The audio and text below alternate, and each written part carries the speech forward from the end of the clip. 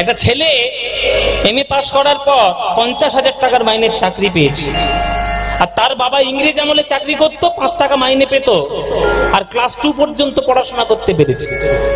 ছেলে যদি মনে করে আমি 50,000 টাকার মাইনের চাকরি পাই, আমি এত বড় শিক্ষিত, তাহলে বাবার থেকে শিক্ষাগত যোগ্যতা আমার বেশি, বাবার থেকে টাকাও আমার বেশি, বাবার চরণে প্রণাম করব কোন দুঃখে? এখনকার দিনে তো তাই হচ্ছে, বাবার চরণে প্রণাম করব কোন দুঃখে? এই ছেলে এই কথাটা যদি গ্রামে কোনো ছেলে একবার বলে ফেলে, গ্রামের লোকেরা বুঝে যায় যে যাক বাবা, ছেলেটা এমএ পাস করার পর আর কিছু হতে পারুক বা না পারুক, ভালো ধরনের এমএ পাস করা একটা গাধা তৈরি হয়েছে। এমএ পাস করা গাধা। ওরে গাধা, যে বাবার চরণে প্রণাম করতে গেলে তোর লজ্জা হচ্ছে, তুই আজকে এমএ পাস করেছিস কার জন্য? ওই বাবাটার জন্য। 5 টাকা মাইনে পেয়েছে, 2 টাকায় সংসার চালিয়েছে, 3 টাকায় তোর জন্য পিছনে খরচা করেছে পড়াশোনা করার জন্য, আর সেই বাবার চরণে প্রণাম করতে গেলে তোর লজ্জা? আমাদের তাই দশা। কৃপা পেলাম ঈশ্বরের, এসেছি ঈশ্বরের আশীর্বাদে, বেঁচে আছি ঈশ্বরের আশীর্বাদে, মানব দেহ পেয়েছি ঈশ্বরের আশীর্বাদে, আর সেই ঈশ্বরে নেই এই কথাটা প্রতিপন্ন করার জন্য হাজার যুক্তি খাড়া করে আমি আমার আমিত্বকে তুলে ধরার চেষ্টা করছি। এটাই হচ্ছে সব থেকে বড় নিকৃষ্ট কাজ, অকৃতজ্ঞের কাজ। আমরা তার চরণে মাথা নত করছি না। বাবার চরণে প্রণাম করতে গেলে কোনো ছেলের লজ্জা যদি হয়, সেই ছেলে মাস্টার হবে, ডাক্তার হবে, প্রফেসর হবে, ইঞ্জিনিয়ার হবে, ব্যবসাদার হবে, মানুষ কোনোদিন হবে না। তাই বাবার চরণে প্রণামটা আগে করো, মন্দিরে গিয়ে মাথাটা নিচু আগে করো। ও মায়েরা, যা বলছি মন দিয়ে শুনছো নাকি এইখান থেকে ঢোকার চল এইখান থেকে বার করছো? কানের মধ্যে দিয়ে কথাগুলো যেন হৃদয়ে যায়, তবেই কাজের কাজ হবে। শুনুন, আপনারা হরিণ দেখেছেন? হরিণ দেখেছো মায়েরা নাকি দেখোনি? দেখেছো? হরিণের সব থেকে কোনটা ভালো জিনিস, কোনটা দেখতে সুন্দর? হ্যাঁ, এরা বলছে সিং আর এ বলছে চোখ। তুই জঙ্গলের চোখ, তো চোখ তুলে ছেড়ে দেবো।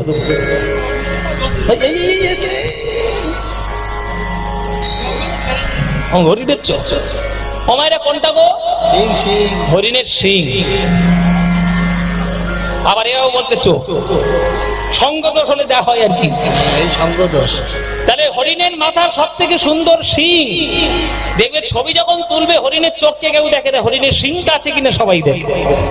কিন্তু শুনে রাখো, যে শিংটা তার সৌন্দর্যের কারণ, সেই শিংটাই হলো তার মরণের কারণ। হরি বল বাবা। কেননা বাঘ যখন তাড়া করে কোনো কিছুতেই আটকায় না, ওই শিংটাতে গিয়ে আটকে যায়, লতা পাতায় জড়িয়ে যায়, আর জড়িয়ে গেলেই বাঘ এসে হালুম করে গলার। তাহলে যে শিংটা তার সৌন্দর্যের কারণ, সেটাই হলো তার মরণের কারণ। তাই আত্মসম্মান থাকা ভালো, আত্মগৌরব থাকা ভালো, আত্মমর্যাদা থাকা ভালো, কিন্তু আত্মবিশ্বাস থাকা ভালো, কিন্তু আত্ম অহংকার থাকা ভালো নয়। আত্ম অহংকার যে তুমি করবে, তুমি যত বড়ই হোক না কেন, মরতে তোমার হবেই বাবা। ও মায়েরা, একটা গাধা সারা জীবন চিনির বস্তা বয়, কিন্তু গাধার তাতে কোনো আপত্তি নাই। কেন কি? গাধাটা জানে যে বস্তা ছিঁড়ে যখন চিনি মাটিতে পড়বে, আমিও একটু চেটে চেটে চিনি খেতে পারবো, এটা আমার একটা লাভ বটে। কিন্তু সেই গাধাটিকে দিয়ে যদি আপনি তুলোর বস্তা বওয়ান, সে গাধা বইতে চাইবে? কেননা তুলো মাটিতে পড়লে সে তো চেটে খেতে পারবে না, আবার বালিশ করে ঘুমোতেও পারবে না। তাহলে তুলো বইয়ে গাধার কোনো উপকার নেই, কিন্তু চিনি বইয়ে গাধার উপকার আছে। আমাদের কাছে গাধা, আমরা যদি গাধাই হই, সংসার মাঝে যদি আমরা গাধাই হই, আমরাও চিনির বস্তা বয়ে বেড়াচ্ছি বাবা। আমরা কি কোন চিনির বস্তা বয়ে বেড়াচ্ছি? আমরা হরিনাম রূপী চিনির বস্তা বয়ে বেড়াচ্ছি। মাঝে মাঝে যখন কৃপা একটু হয়ে যায়, তখন একটু হরিনামের কৃপা নিয়ে ওই হরিনামামৃত মাধুরী পান করে নেওয়া হয়। আর কিচ্ছু দরকার নেই জগতে, কিচ্ছু দরকার নেই জীবনে। যাচি হে তোমার চরম শান্তি, পরাণে তোমার পরম কান্তি। দেখবেন মঙ্গলময় কাজ করতে করতে জীবনে একদিন মঙ্গল হবেই, আর মঙ্গলময়ের কাজ করতে করতে হৃদয় দর্পণে মঙ্গলময়ের রূপ একদিন না একদিন দর্শন হবে। আমরা বাঙালিরা কেন জানি না আমাদের কি রোগ হয়েছে, আমাদের নিজেদের সংস্কৃতিগুলোকে আমরা নিজেরাই ভুলে যাচ্ছি। বাঙালি হয়ে নিজের সংস্কৃতি যদি মনে রাখতে না পারেন, তাহলে বাঙালি জাতিতে জন্ম হয় আপনার লজ্জা। রবীন্দ্রনাথ ঠাকুর বাংলাকে ভেঙে দিয়েছিল বলে 1905 সালে ইংরেজদের দেওয়া নাইট উপাধি ত্যাগ করেছিলেন। আপনার ইতিহাস পড়েছিলেন। 1905 সালে যখন বঙ্গভঙ্গ হয়, তুমি আমাকে যতই সম্মান দাও, আমার বাংলাকে তুমি নষ্ট করার চেষ্টা করছো, আমার বাংলার মধ্যে তুমি বিভেদ তৈরি করার চেষ্টা করছো, তোমাদেরই সম্মান দেওয়ার আমার দরকার নেই, তোমাদের সম্মান আমি নেব না। আর আমরা এখনকার দিনে কি করছি? আরে বাবা, দেশ উচ্ছন্নে যায় যাক, সব উচ্ছন্নে যায় যাক, আমি তো কিছু পেলে হলো, হ্যাঁ আমার স্বার্থটা বজায় থাকলে হলো, দেশ উচ্ছন্নে যায় যাক। এই যদি আপনার মানসিকতা হয়, তাহলে আপনি দেশের নাগরিকই নন, কোনো মানুষই নন। আগে সংস্কৃতি সভ্যতা নিজের দেশের কথা চিন্তা করুন। বেশি বড় বড় কথা তো টিভির মধ্যে বলছেন, রবীন্দ্রনাথ ঠাকুরের গানগুলো তো শুনছেন না। রবীন্দ্রনাথ ঠাকুরের গান যদি কেউ মন দিয়ে শোনে, সে ভক্ত হবে, এ হতে বাধ্য, যদি সে শুনতে পারে মন দিয়ে। কেননা রবীন্দ্রনাথ ঠাকুর সারা জীবন আমি আমি জীবনে কর্ম করেননি, শুধু বলে গেছে তুমি তুমি তুমি। আপনি রবি ঠাকুরের সব গানগুলোর গান শুনুন, বিচার করুন, দেখবেন সব তুমি, সব তুমি, আমি কিচ্ছু নেই।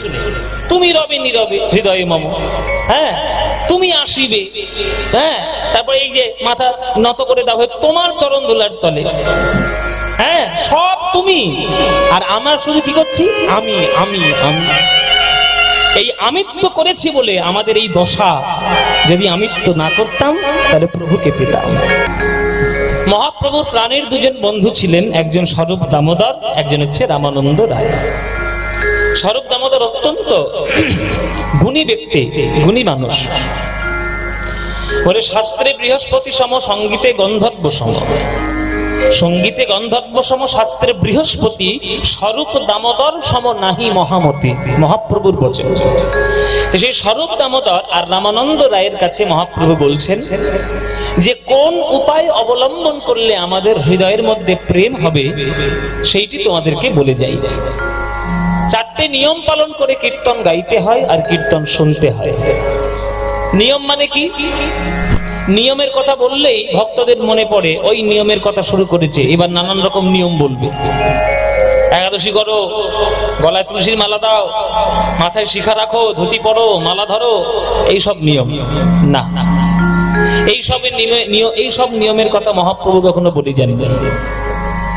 মহাপ্রভু বাহ্যিক আচার আচরণে বিশ্বাস করতেন না, মহাপ্রভু ভেতরের আচার আচরণটা বিশ্বাস করতেন। আপনার জমিটার গোড়া যদি ভালো না হয়, আপনার কোনো গাছই ফলবে না। আপনার গোড়াটিকে ভালো করুন আগে। গোড়াটা না ভালো করলে আপনার গাছে ফুলও হবে না, ফলও হবে না। একটি চারা গাছকে বাঁচানোর দুটো উপায়, তার চারিদিকে বেড়াটাও দিতে হবে, তার গোড়াতে সার জলটাও দিতে হবে। বেড়াটা দিলে কি হয়? ছাগল গরুতে এসে ওই চারা গাছটিকে মুড়িয়ে খাবে না। আর সার জল যদি না দাও, তাহলে গাছটা পুষ্টি পাবে না, তোমার ফল ফুলও হবে না। তাই বেড়া দেওয়া আর গোড়ায় সার দেওয়া দুটোই প্রয়োজন। তুমি যদি তিলক করতে পারো, খুবই ভালো ব্যাপার। যদি গলায় একটা তুলসীর মালা রাখতে পারো, খুবই ভালো ব্যাপার। যদি ধুতি পরে বাঙালি আনাকে যদি বজায় রাখতে পারো, সে তো আরো ভালো ব্যাপার। কিন্তু ওইটাই যে মূল, এটা কিন্তু মহাপ্রভু বললেন না। তুমি যে একটা প্যান্ট শার্ট পরে ওই যে ভগবানের নাম গাইতে পারবে না, এমন কোন শাস্ত্রে কোথাও লেখা নেই। তুমি করো, কিন্তু হৃদয়টা যেন তোমার ভক্তিতে পরিপূর্ণ থাকে। সেই হৃদয়টিকে তৈরি করার জন্য, হৃদয়ে কল্পবৃক্ষে ভক্তি কল্পবৃক্ষটাকে বসানোর জন্য মহাপ্রভু চারটি নিয়ম বলেছেন। প্রথম নিয়ম, তৃণাদপি সুনীচেন। তৃণ, তৃণ মানে কি? ঘাস। ঘাসের থেকে নিচু হতে হবে। একটা ঘাস মাঠে যখন হয়ে থাকে, তখন অনেকেই তার গায়ের উপর পা দিয়ে চলে যায়, পাড়িয়ে চলে যায়, মারিয়ে চলে যায়। কিন্তু ঘাসটা কি কখনো সেই মানুষটার সঙ্গে ঝগড়া প্রতিবাদ করে? না মারামারি করে? করে না কখনো? করে কি মায়েরা? ঘাসটা শুধু উঠে দাঁড়িয়ে যায়, মনে মনে একটা প্রতিবাদ করে যে আমার গায়ের উপর পা দিয়ে যে তুমি চলে গেলে এই কাজটা তোমার ভালো হলো না, এটা প্রতিবাদটা করে। হ্যাঁ, প্রতিবাদটা করে। তো এই যে ঘাস নিচু হয়ে যাচ্ছে, এই ঘাসের থেকে তোমাকে আরো নিচু হতে হবে। যদি পারো তবেই তুমি বৈষ্ণব জগতে প্রেম লাভ করার অধিকারী তুমি হলে। হরিদাস ঠাকুরকে যখন 22টা বাজারে বেত্রাঘাত করা হয়েছিল, তখন হরিদাস ঠাকুর কি বলেছিল যে আমাকে যারা মারছে প্রভু তুমি তাদেরকে শাস্তি দাও? বলেন। কি এগুলো কি হয়েছে? আড়াল হচ্ছে। ও আচ্ছা ঠিক আছে, একটু হ্যাঁ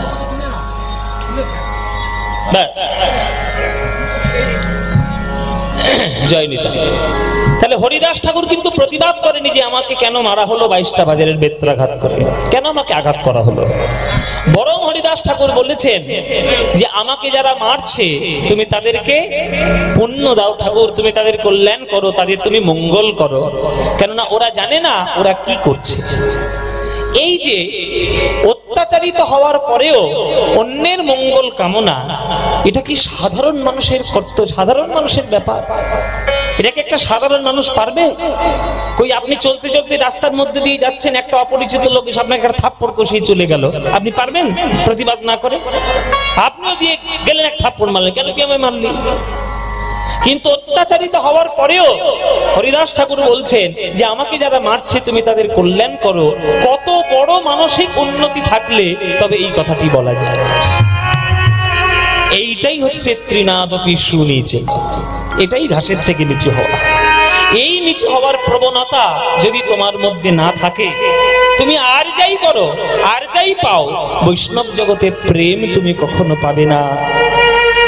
ওই জন্য বৈষ্ণব অনেক হয়েছে, ভক্ত অনেক হয়েছে, কিন্তু নামাচার্য হরিদাস একজনই হয়েছে, আজ পর্যন্ত কেউ হতে পারেনি। এই হচ্ছে তৃণাদপি শুনেছে। তারপরে 2 নম্বর নিয়ম, তরোরিব সহিষ্ণু না, গাছের মতো সহ্য করো। গাছ যেমন অতিরিক্ত গরম পড়লেও কাউকে জল 1 গ্লাস চেয়ে খেয়ে নেয় না, 1 গ্লাস জল পান করে না গাছ। চৈতন্য চরিতামৃতে বলা যে বৃক্ষ যেমন কাটিলেও কিছু না বলয়, শুকাইয়া মরিলেও কাউরে পানি না মাগয়, যেই যে মাগয় তারে দেয় আপন ধন, ঘর্ম বৃষ্টি সহে আনের করয় রক্ষণ। চৈতন্য চরিতামৃতে লেখা যে একটা গাছকে কেটে দিলে গাছ কিছু বলবে না, গাছ যদি শুকিয়ে মরে যায় কারোর কাছে 1 ফোঁটা জল চাইবে না। অথচ সেই গাছের তলায় যারা আসে সাধারণ মানব জাতি, গাছ তাদের কি করে? ফলও দেয়, ফুলও দেয়, ছাওয়াও দেয়, সমস্ত কিছু দিয়ে তার নিজের যতটুকু সম্বল আছে উজাড় করে দেয়। এইটাই হলো সহ্য ক্ষমতা, এটাই হচ্ছে তরোরিব সহিষ্ণু না। এটা যদি করতে পারো তবেই তোমাদের প্রেম হবে। 2 নম্বর নিয়ম। 3 নম্বর নিয়ম, অমানি না, নিজের বেশি মান সম্মান বোধ করো না। কীর্তন জগতে এসে, বৈষ্ণব জগতে এসে আমি কত বড় শিক্ষিত, আমি কত বড় গায়ক, আমি কত বড় নাচিয়ে, আমি এমএলএ না মন্ত্রী না এমপি না ব্যবসাদার না কোটি টাকার মালিক, এই সব মনে করলে বৈষ্ণব জগতে থাকা হবে না। কেননা তোমার থেকে হাজার হাজার গুণের বড় লোক, হাজার হাজার গুণের শিক্ষিত, হাজার হাজার গুণের বিশিষ্ট মানুষ তারা এসেছে বৈষ্ণব জগতে, তারা ধুল হয়ে গড়া করে দিয়ে হরি হরি বলে নয়ন ধারায় বুক ভাসিয়ে তারা পাগল হয়েছে। তাই তাদের সঙ্গে নিজের তুলনা করতে যেও না কলিযুগে। 3 নম্বর, অমানি না, মান সম্মান বোধ রেখো না। আর 4 নম্বর নিয়ম, মান দেন, অপরকে সম্মান করতে শেখো, যেটা এখনকার দিনে মানুষের মধ্যে চরম অভাব। আপনি টিভি খুলে দেখুন, সংবাদ মাধ্যমগুলো দেখবেন, একে অপরের যে কাদা ছেটাছেটি, যে অসম্মান, যে বড়রা করে বেড়াচ্ছে, বাচ্চাগুলো কি শিখবে? আপনার তার থেকে মত আলাদা হতেই পারে, একজনের মত আরেকজনের সঙ্গে মিলবে এটা হতে পারে না, দুটো মত আলাদা হতে পারে, আপনার মতাদর্শ আলাদা হতেই পারে, কিন্তু আপনি যে ভাষায় একে অপরকে সম্মান করছেন, যে কদর্য ভাষায় তাদেরকে অসম্মান করে বেড়াচ্ছেন, এটা আপনার শোভা পায় না, কোনো মানুষের পক্ষে শোভা পায় না। জেনে রাখুন, একটা 5 বছরের বাচ্চার কাছ থেকে যদি কিছু শিখে নেন, তাকেও গুরু বলে মানার চেষ্টা করুন। মহাপ্রভু যেটা দেখিয়ে গেছে, 7 বছরের ছেলে, তার নাম গোপাল গুরু, তিনি এমন একটা জিনিস মহাপ্রভুকে শিখিয়ে দিয়েছিলেন, মহাপ্রভু তার চরণে প্রণাম করে তাকে গোপাল গুরু নামে আখ্যা দিয়েছিলেন। আপনি পাচ্ছেন? আপনি যে নিজের প্রতিষ্ঠা দেখানোর জন্য শুধু তর্ক করে যাচ্ছেন, অন্যকে সম্মান তো করতে শিখলেন না। এইটা করলে কি হবে? আপনার আত্মার অবনতি হবে, আত্মার বিকাশের ঘাটতি হবে, আপনার পারমার্থিক জগতের অবনতি ঘটবে। এই 4টে নিয়ম। ঘাসের থেকে নিচু হও, গাছের মতো সহ্য করো, মান সম্মান পরিত্যাগ করে অপরকে সম্মান প্রদান করো। এই 4টে নিয়ম যদি বৈষ্ণব জগতে কেউ পালন করে চলে, প্রেম হবেই হবে। এটা মহাপ্রভুর বাণী, মহাপ্রভুর বাণী, প্রেম তার হবেই হবে। তাই বাবা, তাই মায়েরা কীর্তন যখন শুনতে আসেন, এই যে গতকাল পলাশদা গান করেছে, তার আগের দিন কৃষ্ণপাল গান করেছে, আজকে আমি গান করতে এসেছি, আবার আগামীকাল কেউ একজন আসবে। যখন কীর্তনের আসরে আসবেন, রাজহাঁস হয়ে আসবেন, রাজহাঁস, রাজহংস হয়ে আসবেন। রাজহংস যেমন জলে দুধে মিশিয়ে দিলে শুধু দুধটাই টেনে নেয়, জলটা পড়ে থাকে। যখন কীর্তন শুনতে আসবেন, সার বস্তুগুলো মনের মধ্যে নিংড়ে তুলে নিয়ে অসার বস্তুগুলো বাইরে ফেলে দেবেন, তাহলেই কীর্তন শোনাটা সার্থক হবে। কেননা একটা কীর্তনিয়ার মধ্যে সবচেয়ে গুণ থাকবে তা নয়। যেটা আপনার ভালো লাগছে আপনি সেটা গ্রহণ করুন, যেটা আপনার ভালো লাগছে না সেটা ত্যাগ করুন। কিন্তু এই 3 ঘন্টা যতক্ষণ কীর্তনের আসরে বসবেন, মন প্রাণ যেন গৌর চরণেই নিবদ্ধ থাকে, এই মানসিকতা নিয়েই কীর্তনটা শুনতে আসবে। মাথাটা নিচু করতে হয়। বড় যদি হতে চাও, ছোট হও আগে। আগে আম গাছের ডালে দেখবেন, আম গাছের ডালে যে আম গাছের ডালটাতে বেশি আম ধরে, সেটা কোনোদিন ডালটা আকাশের দিকে উপরে উঠে যায় না। সেই ডালটা সবসময় কি হয়ে থাকে মায়েরা? নিচুর দিকেই থাকে। এই দেখবেন যারা অত্যন্ত জ্ঞানী মানুষ, যারা প্রকৃত শিক্ষিত, তারা বেশি তর্ক করে না, তারা চুপচাপ থাকে। কেননা তাদের মধ্যে ভেতরে তো গুণ অনেক বেশি। আর যাদের মধ্যে কিচ্ছু নাই, ফাঁপা জায়গা, শুধু হড়ম হড়ম করে হম্বিতম্বি করে বেড়ায়, দেখবেন তাদের নানান ধরনের শুধু কথা, আসল কথা কিছু নাই। ওই জন্যে রাজহাঁস হওয়ার চেষ্টা করুন, আর মাথা নিচু করে চলার চেষ্টা করুন। মাথা যত নিচু করে থাকবেন, তত দেখবেন মাথা আপনার উন্নত হয়েছে। 10 তলা বিল্ডিং এর মাথাটা তুলতে গেলে 10 তলা বিল্ডিং এর ভিত আগে শক্ত করতে হয়। শক্ত ভিত না হলে বিল্ডিং উপরে উঠবে না, ধসে পড়ে যাবে। তাই মাথা নিচু। আমার মাথা নত করে দাও হে তোমার চরণ ধুলার তলে, আমার মাথা নত করে দাও হে তোমার চরণ ধুলার তলে, সকল অহংকার হে আমার ডুবাও চোখের জলে, আমার মাথা নত করে দাও হে তোমার চরণ ধুলার তলে। বিশ্বকবি রবীন্দ্রনাথের শ্রেষ্ঠ গান, গীতাঞ্জলির প্রথম গান, আমার মাথা নত করে দাও হে তোমার চরণ ধুলার তলে।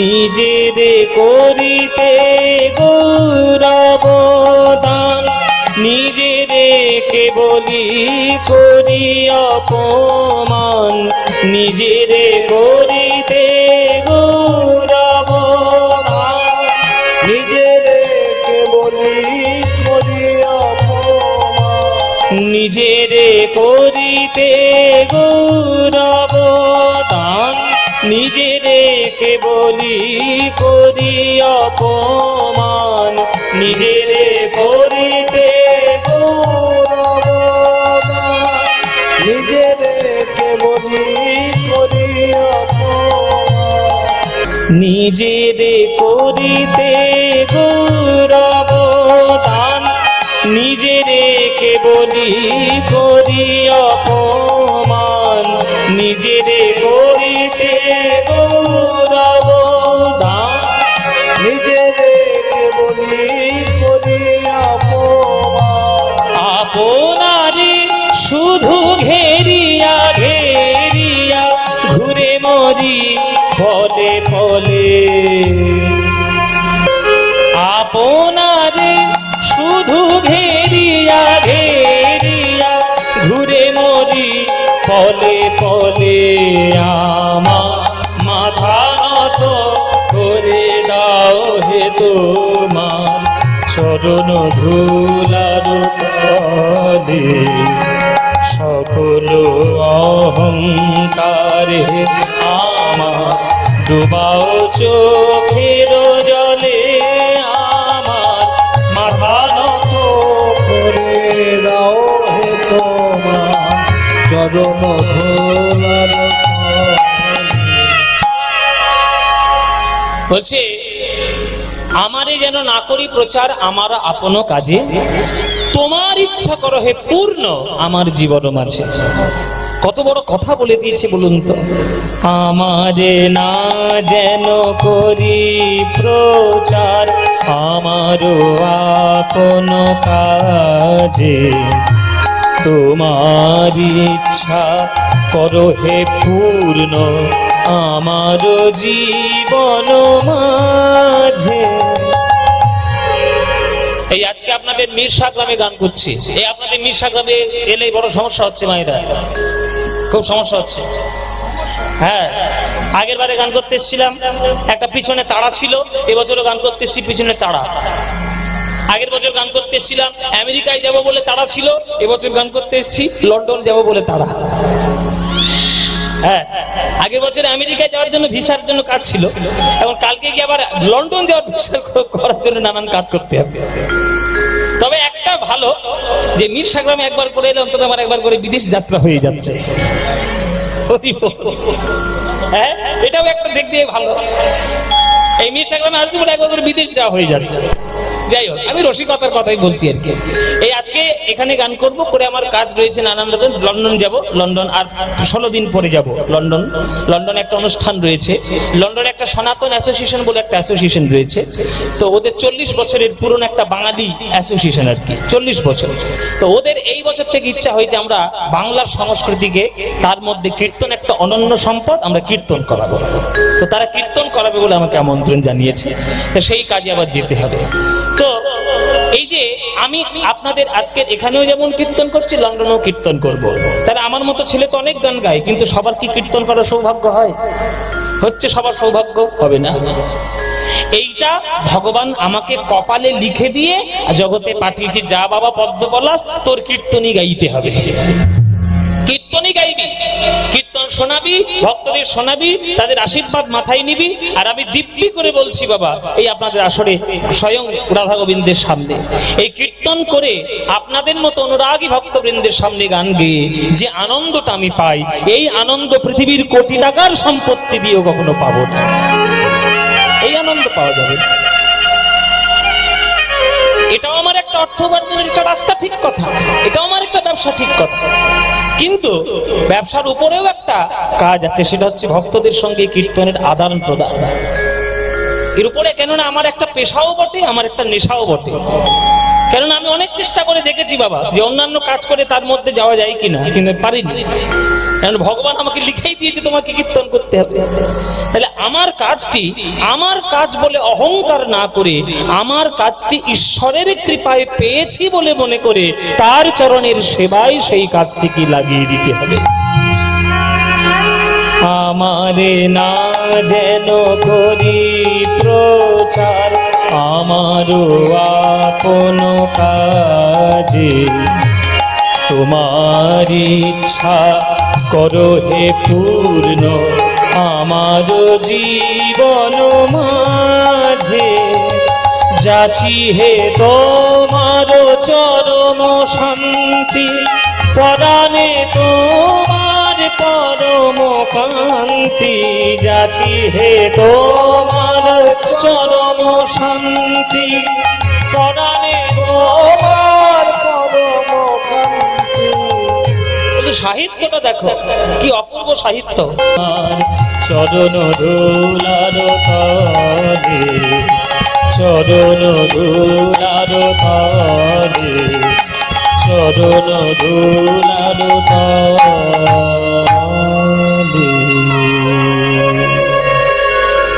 এই হচ্ছে আমাদের আসল গান। মাথাটা নত করে দাও ঠাকুর, মাথা উঁচু করার চেষ্টা করো না। শ্রীমদ্ ভাগবত বলছে নাই সংমতিস্তবদরুক্রমাঙ্ঘিং পগমা যদর্থ মহিয়সাং পাদরজহোভিষেকং নিষ্কিঞ্চনানং নঃ বৃণীতে যাবত। শ্রীমদ্ ভাগবতের শ্লোক, যার বাংলায় মানে করেছে নরোত্তম দাস ঠাকুর। ভক্ত পদধূলি ভক্ত পদ জল ভক্ত ভুক্ত শেষ তিন মহাবল, বৈষ্ণবের পদধূলি তাহে মোর স্নান কেলি, বৈষ্ণবের নামেতে উল্লাস তর্পণ মোর বৈষ্ণবের নাম, বিচার করয়ে মনে ভক্তিরস আস্বাদনে মধ্যস্থ শ্রী ভাগবত পুরাণ। নরোত্তম দাস ঠাকুরের ব্যাখ্যা যে ভক্তের চরণ ধুলিতে তুমি স্নান করতে না পারলে হৃদয়ের মধ্যে তোমার প্রেম কখনো উদয় হবে না। তাই ভক্তের চরণ ধুলিতে স্নান করো, তাই মাথাটা নত করো। মহাপ্রভু সেই নত করানোর জন্যই এসেছিলেন, যাতে আমরা মাথা নত করে প্রেম আস্বাদন করতে পারি। তাই অখিল ভুবন ভরি হরি রসবাদর বরিক্ষত চৈতন্য মেঘে ভকত চাতক যত পিবি পিবি অবিরত অনুক্ষণ প্রেম ধন মাগেরে। ও মাইরা, তোমাদের মিরসা গ্রামে চাতক পাখি আছে নাকি? চাতক পাখি, চাতক পাখি আছে? বলো কোন পাখির নাম চাতক পাখি, বলো দেখি। হ্যাঁ, যাক, এই এতক্ষণ একটা ঠিক উত্তর দিয়েছে। পাখার হাওয়া খেতে খেতে বেশ ভালোই মাথা ঠান্ডা হয়েছে। হ্যাঁ, বলে যে পাখিটা বৃষ্টির জল পান করে সেইটাই হচ্ছে চাতক পাখি। ও মায়েরা, তোমাদের দেশে এই একটা পাখি চোখ গেল জল ঢালো বলে না? চোখ গেল চোখ গেল বলে না? ওই পাখিটা হচ্ছে চাতক পাখি। চাতক পাখি বৃষ্টির জল ছাড়া অন্য কোন জল পান করবে না। যতই আপনি তাকে ফ্রিজের ঠান্ডা থামস আপ নিয়ে মুখের মধ্যে ঢুকিয়ে দেন, সে খাবে না, সে পান করবে না। কেননা চাতক পাখির পিপাসা মিটবে কেবলমাত্র বৃষ্টির জলে। তেমনি পদকর্তা বলছে, বাংলায় হাজার হাজার লক্ষ লক্ষ চাতক পাখি আছে, যে চাতক পাখিরা গৌর প্রেম আর কৃষ্ণ প্রেম ছাড়া অন্য কোন প্রেম তারা গ্রহণ করবে না। তারা হলো চাতক পাখি। সেই চাতক পাখি কারা? ভকত চাতক যত পিবি পিবি অবিরত অনুক্ষণ প্রেম ধন মাগে। সেই বৃষ্টির ধারা কোথা থেকে হয়েছে? মহাপ্রভু হলো মেঘ, আর মহাপ্রভু থেকে সেই হরিনামের বৃষ্টির ধারা হয়েছে। সেই বৃষ্টির ধারা আমরা পেয়েছি। সেই মেঘের জন্ম কোথায়, কবে, কোন তিথিতে? আহা ফাল্গুনী পূর্ণিমা তিথি, আমার মেঘ জন মিলাত থি। ফাল্গুন পূর্ণিমা মেঘ জন মিলাত থি। সেই মেঘে করল বাদর রে, সেই মেঘে করল বাদর রে, সেই মেঘে করল বাদর রে, সেই মেঘে করল বাদর। আর উঁচা নিচা যত ছিল গৌর প্রেম জলে ভাসাইল। উঁচা নিচা যত ছিল প্রেম জলে ভাসাইল। উঁচা নিচা যত ছিল। ও মায়েরা, আকাশ থেকে যখন বৃষ্টি পড়ে তখন কি ভেবে চিনতে পড়ে যে আমি উঁচু জায়গাটায় পড়বো, নিচু জায়গায় পড়বো না? বলে বৃষ্টি সব জায়গায় পড়ে। যেগুলো উঁচু জায়গা বাবা জল পড়ে, কিন্তু জলটা থাকে না, গড়াতে গড়াতে কোথায় যায়? নিচের দিকেই যায়। তাই যারা অভিমানের উঁচু জায়গায় বসে রইল, হৃদয়ে প্রেম জল পড়লো কিন্তু থাকলো না, ওই গড়াতে গড়াতে কোথায় গেল? নিচের দিকেই গেল। মানে কাদের দিকে? যারা অভিমানের সকল কিছু ত্যাগ করে, যারা হরি হরি বলে নয়ন ধারায় বুক ভাসিয়ে নদিয়ায় গড়াগড়ি দিয়েছে, তাদের হৃদয়ে প্রেম জল গেল। হ্যাঁ, গৌরা আমার দয়ার সাগর হে, প্রাণ গৌরা আমার দয়ার সাগর হে, গৌর আমার দয়ালো সাগর হে, গৌর আমার দয়ালো সাগর, গৌর আমার দয়ার সাগর। ও মায়েরা, উঁচা নিচা, আপনি উঁচুর দিকে যাবেন না নিচের দিকে যাবেন? এই যে উঁচু যাবেন, ওই যে বাবা কেউ ঝগড়া করছে, দেখো জায়গা নিয়ে জায়গা। এই মেয়েগুলো যেখানে যাবে সেইখানে কুরুক্ষেত্র হবে। মহাভারত এদের জন্যই হয়েছে। মহাভারতের যুদ্ধ তিনটে কারণে হয়েছে মায়েরা। ভূমি, রাজ্য, নারী। ভূমি মানে জায়গা নিয়ে, রাজ্য মানে দেশে দেশে, আর এই নারী সংগঠিত ব্যাপার, দ্রৌপদীকে নিয়ে কাণ্ড কারখানা। একটু কীর্তন শুনতে যখন এসে ঝগড়াঝাটি কম করো না। আমি ঝগড়া করে বেড়াচ্ছে। শোনো শোনো, তোমরা উঁচুর দিকে যাবে না নিচুর দিকে যাবে আগে বলো? হ্যাঁ, যাক, এতক্ষণে মতি ফিরেছে। হ্যাঁ, বলেছি চোখ তুলে দেবো, সেই জন্য মতি ফিরেছে। মরে যাবে। নিচের দিকে যা। বাংলায় দুটো বৈষ্ণব ছিল, রূপ গোস্বামী আর সনাতন গোস্বামী। তারা কত উঁচুতে ছিল? তাদের মতো উঁচুতে উঠতে পারবেন নাকি? বাংলায় তখনকার দিনে রূপ গোস্বামীর থেকে বড় পণ্ডিত আর সনাতন গোস্বামীর থেকে বড় পণ্ডিত ছিল না।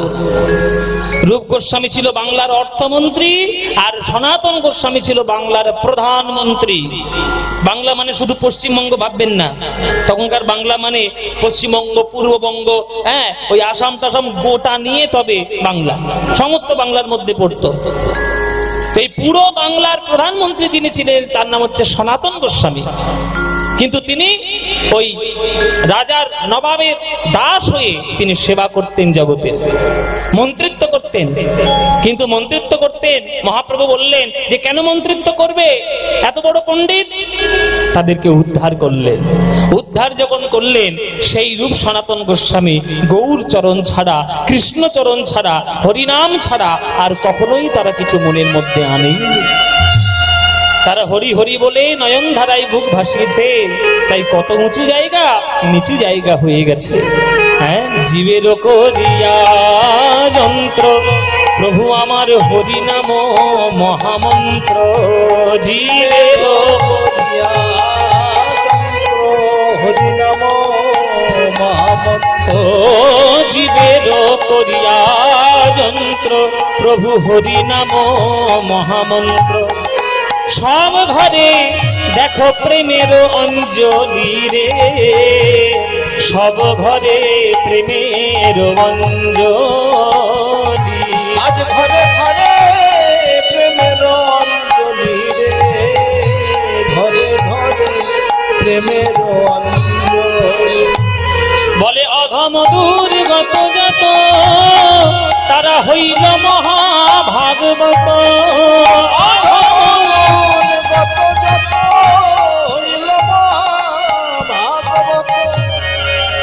আমি বিশ্বাস করি পশ্চিমবঙ্গের দুটো জেলা আছে যাদের থেকে চাষ ভালো কেউ জানে না।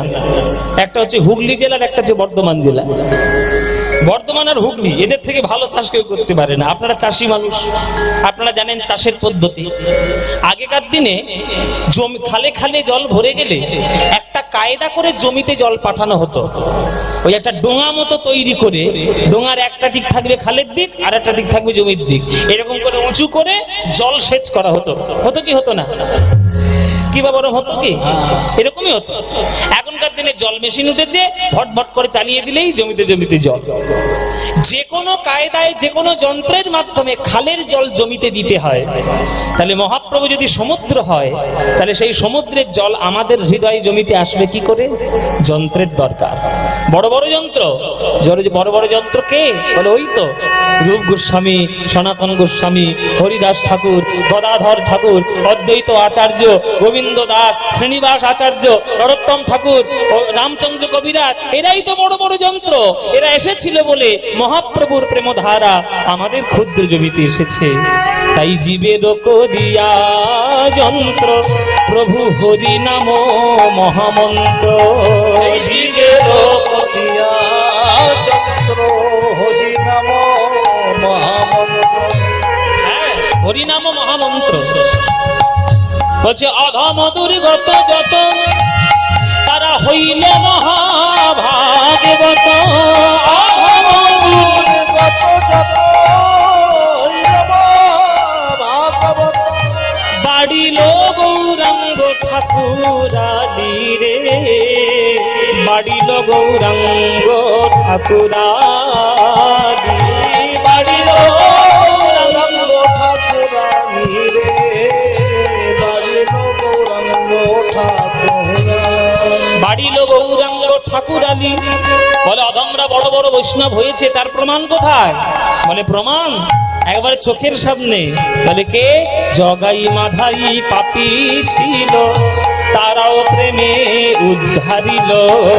জগাই মাধাই পাপী ছিল, তারা প্রেমে উদ্ধার। এই যে বাবারা, মায়েদেরকে অনেকক্ষণ ধরেছি, এবার বাবাদের ধরবো। বাবারা বন্ধু বান্ধবের পাল্লায় পড়ে আপনারা একটু মাঝে মাঝে জল টল টান টান করেন মাঝে মাঝে, কি ঠিক কিনা?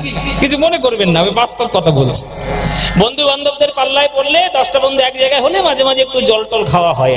আমি জলের কথা বলেছি, আপনারা অন্য কিছু ভাববেন না। হোক নাকি যাই হোক, কিন্তু আপনারা কত মদ্যপান করতে পারবেন? 1 গ্লাস, 2 গ্লাস, 1 বোতল, 2 বোতল, তারপরে আপনি খালের মধ্যে পড়বেন, জ্ঞান থাকবে না কোথায় যাচ্ছেন। আর জগাই মাধাই কত মদ খেতে জানেন? চৈতন্য ভাগবতে রেখে বলে 80 হাড়া করে মদ খায়। ব্রাহ্মণ হইয়া করে মদ্যপ মাংস ভক্ষণ, চুরি ডাকা পরগৃহ দাহ সর্বক্ষণ। চৈতন্য ভাগবতে লেখা। চুরিও করে, ডাকাতিও করে, লোকের বাড়িতে আগুন ধরায়, তারা মদ্যপান করে। 80 হাড়ি করে মদ। সেই 80 হাড়ি মদ খাওয়া মানুষদের কাছে প্রেম দিতে গেছেন নিতাই চাঁদ। আপনাদের পাশের জেলার মানুষ বীরভূমের একটা পাগলা, আমি পাগল ছাড়া কিছুই বলি না, একবার 1 নম্বরের পাগল নিতাই চাঁদ, প্রেম দিতে গেছে। আর জগাই মাধব বলে প্রেম দেওয়ার জায়গা পাবো না, এই মাতালদেরকে প্রেম দিতে এসছো। ওই কলসির কানা পড়েছিল রাস্তার পাশে, তুলে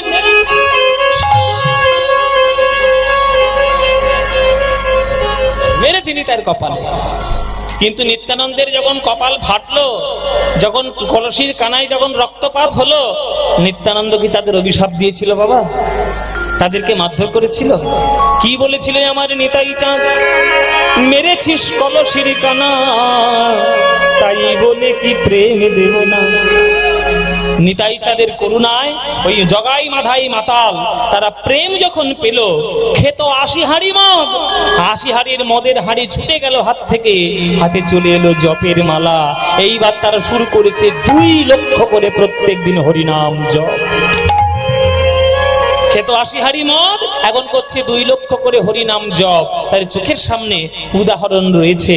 তোমরাও যদি সেই নিতাই চাঁদের করুণা পেয়ে যাও, গৌর হরির করুণা পেয়ে যাও, আর কি পাপী থাকবে গো? থাকবে না। ভক্ততে হবে রূপান্তরিত। জগাই মাধাই পাপী ছিল, তারাও প্রেমে উদ্ধারিল। জগাই মাধাই পাপী ছিল, তারা প্রেমে উদ্ধারিল। হেন জীবে পিনা বলো দয়া গো, দাস সদানন্দে বলে মিছে রইল মায়ার জালে। দাস সদানন্দে বলে মিছে রইল মায়ার জালে। দাস সদানন্দে বলে, সদানন্দ দাসের পর আমি মিছে রইল মায়ার জালে। প্রভু মোরে দেহ পদ ছায়া গো, প্রভু মোরে দেহ পদ ছায়া। মনে দেহ পদ ছায়া গো, প্রভু মনে দেহ পদ ছায়া। আমায় চরণ ছাড়া করো না, ছাড়া করো না, চরণ ছাড়া করো না, ছাড়া করো না, তোমার চরণে শরণ নিলাম, চরণ ছাড়া করো না, চরণে শরণ নিলাম, চরণ ছাড়া করো না, চরণে শরণ নিলাম, চরণ ছাড়া করো না, চরণে শরণ নিলাম, চরণ ছাড়া করো না, ওগো চরণে শরণ নিলাম, জনম জনমের মতো চরণ ছাড়া নিলাম, জনম জনমের মতো।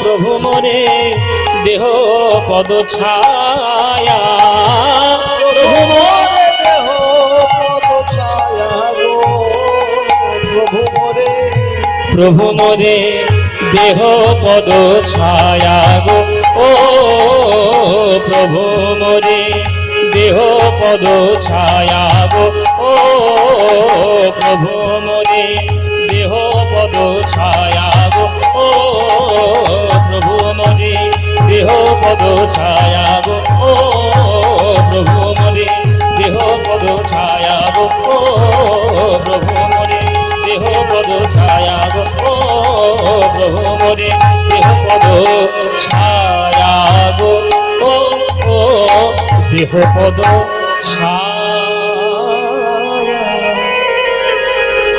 এই গৌরাঙ্গের জন্য প্রেম পেলে, গৌরাঙ্গের জন্য কীর্তন পেলে, গৌরাঙ্গের জন্য সমাজ পেলে, গৌরাঙ্গের জন্য বাংলায় শান্তি পেলে 24 ঘন্টার মধ্যে 23 ঘন্টা সংসার করো, অন্তত 1 ঘন্টা আমার গৌরাঙ্গের জন্য প্রদান করো।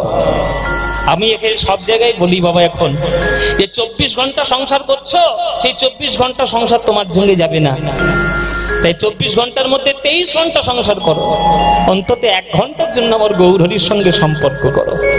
1 ঘন্টা যদি গৌরহরির জন্য দিতে পারো, তাহলে বাঙালি জাতিতে জন্ম নিয়ে তুমি একটু কৃতজ্ঞ মানুষ বলে বিবেচিত হবে। তাই বাবারা, মায়েরা, বাচ্চারা, বুড়োরা, ইয়াং ছেলে বলো আর বুড়ো বলো, যাই বলো, সবাইকে বলছি, সারাদিন যাই করো না কেন, অন্তত সময় বের করে 1 ঘন্টা অন্তত আমার গৌরহরির জন্য দাও।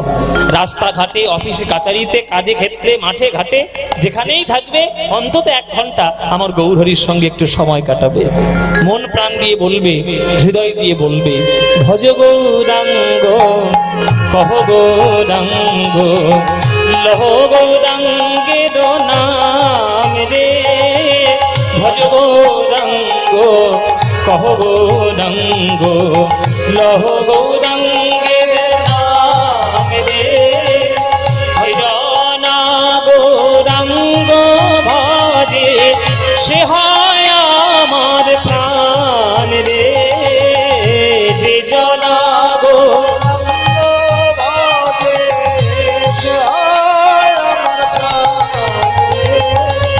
এই যে ভজ গৌরাঙ্গ গানটি, এই গানটা তোমাদের ভালো লাগে মায়েরা?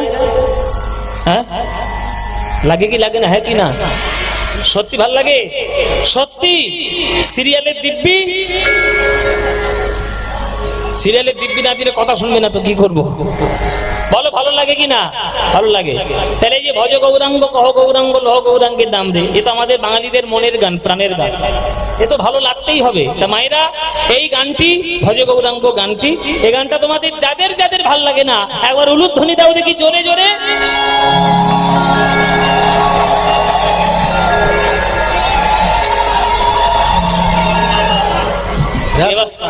এবার আমি অজ্ঞান হয়ে যাবো গো।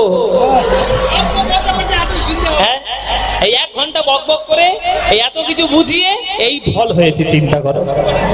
আবার সামনে বসে বসে দিচ্ছে। আমি কি বলেছি? আমি বলেছি যাদের ভালো লাগে না তারা উলুধ্বনি দাও, উলুধ্বনি, উলুধ্বনি।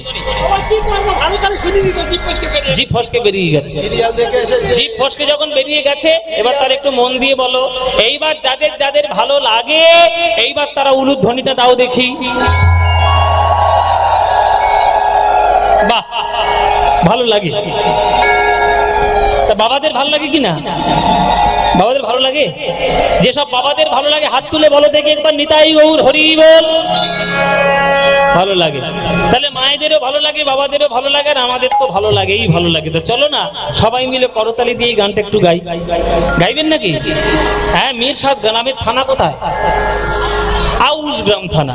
এমন জোরে জোরে গান গাইবেন যাতে বড়বাবু এসে হাজির হয়। হ্যাঁ, এই বড়বাবু যেন এখানে হাজির হয়ে যায় ভজ গৌরাঙ্গ গানে। সবাই মিলে করতালি দিয়ে গাইবেন। করতালি দিয়ে বলুন, ভজ গৌরাঙ্গ কহ গৌরাঙ্গ লহ গৌরাঙ্গের নাম দে। বলুন, ভজ গৌ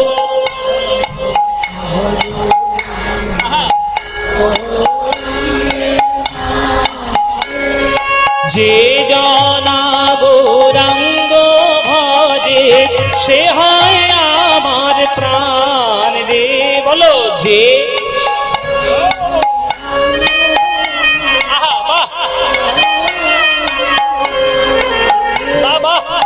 যে জনা গৌরাঙ্গ ভজে সে হয় আমার প্রাণ রে। বলো, যে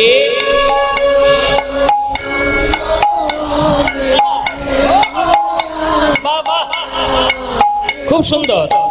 প্রভাত কালে হাবুরঙ্গ যে বলে একবার রে। প্রভাত কালে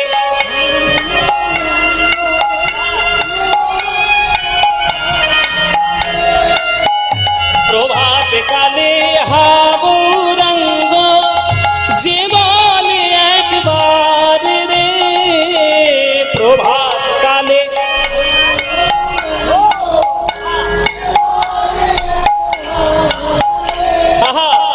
সেই গান আমার হয় আর আমি হই তার রে।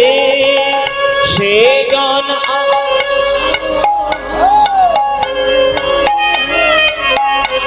বাহ।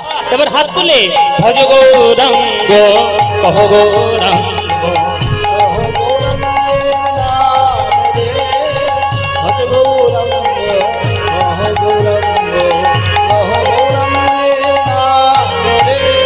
যে জনা গৌরাঙ্গ ভজে সে হয়।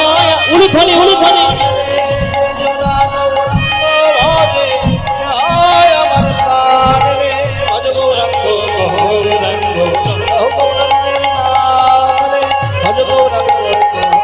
নিতাই গৌর হরি।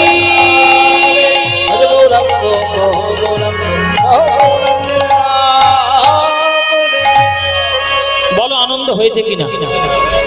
হয়নি আনন্দ? এই আনন্দ কোথাও পাবে?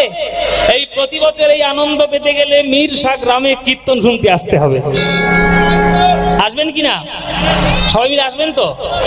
এই যে মিরসা গ্রামের ভক্তরা, আমাদের বাপি বাবুর থেকে শুরু করে সমস্ত যারা আছে ভক্তরা, এদের উৎসাহ আর এদের উদ্দীপনা আমি এদের বলিহারি যাই। এরা যে কত কষ্ট করে এত বড় অনুষ্ঠানটিকে করে, আমার তো মনে হয় বাংলার সরকারের পর্যন্ত এখানে নজর দেওয়া উচিত। কারণ এই গ্রামের ভক্তরা গাড়ি করে ভাড়া করে একটা দুটো জেলা নয়, 4-5খানা জেলারা ভিক্ষা করে। কোথায় বাঁকুড়ায় যাচ্ছে, কোথায় হুগলি যাচ্ছে, কোথায় বর্ধমান, কোথায় বীরভূম, চারিদিকে ভিক্ষা করে নিয়ে এসে মহাপ্রভুর পথের পথিক হয়ে এরা মহাপ্রভুর পথে চলছে। মহাপ্রভু নিজে জীবনে 3বার ভিক্ষা করেছেন, নিজে 3বার ভিক্ষা করেছেন মহাপ্রভু। নিমাই একবার নিজের পৈতের সময় ভিক্ষা করেছেন, একবার সন্ন্যাসের সময় ভিক্ষা করেছেন, একবার হরিদাসের নির্জানকালে একবার তিনি ভিক্ষা করেছেন। এই 3বার এরা মহাপ্রভুর পথের পথিক হয়ে এরা সবার কাছে গিয়ে ভিক্ষা করে কোথা থেকে 2টো চাল পাচ্ছে সেটাও নিয়ে আসছে, কোথা থেকে 2টো টাকা পাচ্ছে সেটাও নিয়ে আসছে। কেউ এদেরকে ভালোবেসে 1000 টাকাও দিচ্ছে, সেটাও গ্রহণ করছে। কোনো রকম এদের কোনো বাধ্যকতা নেই। এত সুন্দর এদের উদ্দীপনা, এত সুন্দর এদের উদ্যম। সুতরাং এদের আমি আমার রাধা গোবিন্দের কাছে আমি প্রার্থনা করে যাই। এই গ্রামে কত বছর ধরে কীর্তন হচ্ছে মির সাথে? 50 বছর হয়ে গেছে। 50 বছর কীর্তন। 1952 থেকে শুরু। ওরে বাবা, তাহলে তো 50 অনেক বেশি। হ্যাঁ, মানে প্রায় 72 বছর। 72 বছর হচ্ছে কীর্তন। ওরে বাপরে, বাবারও জন্ম হয়নি তখন থেকে। হ্যাঁ, তা আমার এই 72 বছর কীর্তন হচ্ছে, এত সুন্দর অনুষ্ঠান। আমি সাধারণ ভক্ত হয়ে মহাপ্রভুর কি একটাই প্রার্থনা করতে পারবো রাধা গোবিন্দের চরণে, যে 72 বছর ধরে নয়, এই মিরসা গ্রামে 72,000 বছর ধরে এইভাবে কীর্তন চলতে থাকুক আমার গৌর হরির আশীর্বাদে। এটা আপনারা প্রার্থনা জানিয়ে যাবেন। তাই আমার এই গ্রামের ভক্তবৃন্দগণ, আজকের শেষ রাত্রের কীর্তন গান, আগামীকাল সকালে আবার গান হবে, কিন্তু রাত্রি হিসেবে, প্রহর হিসেবে আজকে শেষ। তো এই শেষ কীর্তনের আসরে আপনারা আজকে হাজার হাজার ভক্তবৃন্দ এখানে আজকে এসেছেন। আপনাদের চরণ প্রান্তে তারা ভিক্ষার আঁচল পেতে যাবে। যার যা ইচ্ছা, আপনাদের যার যতটুকু ইচ্ছা, আপনারা প্রাণ ভরে আপনারা তাদেরকে দান করবেন, তাদেরকে উৎসাহ প্রদান করে যাবেন, যারা মহাপ্রভুর কীর্তন গানের এত বড় অনুষ্ঠান যেন তারা করে যেতে পারে প্রভুর কৃপায়। চলো জয় নিতাই। আজকের আমরা আস্বাদন করলাম গৌর চন্দ্রিকা। এবার আমরা একটু বিষয়ের দিকে এগোবো। আমরা মহাপ্রভুর কাছ থেকে রাধা গোবিন্দের প্রেম পেয়েছি, কিন্তু মহাপ্রভু কাদের কাছ থেকে এই প্রেমের সন্ধান পেলেন? আজকের আমরা তাদের থেকে, তাদের কথা, তাদের মধ্যে একজনের কথা আস্বাদন করব। চৈতন্য চরিতামৃতে আছে লেখা, চণ্ডীদাস বিদ্যাপতি রায়ের নাটক গীতি কর্ণামৃতম গীত গোবিন্দম স্বরূপ রামানন্দ শানে মহাপ্রভু রাত্রি দিনে গায়ে শোনে পরম আনন্দ।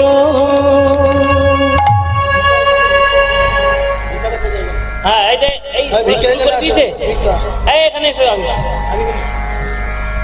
বলতে বলতে শুরু করে দিয়েছি গো, আমার বলার অপেক্ষা লাগেনি। উঠে এসো, আসলে উঠে এসো, আসলে এসো।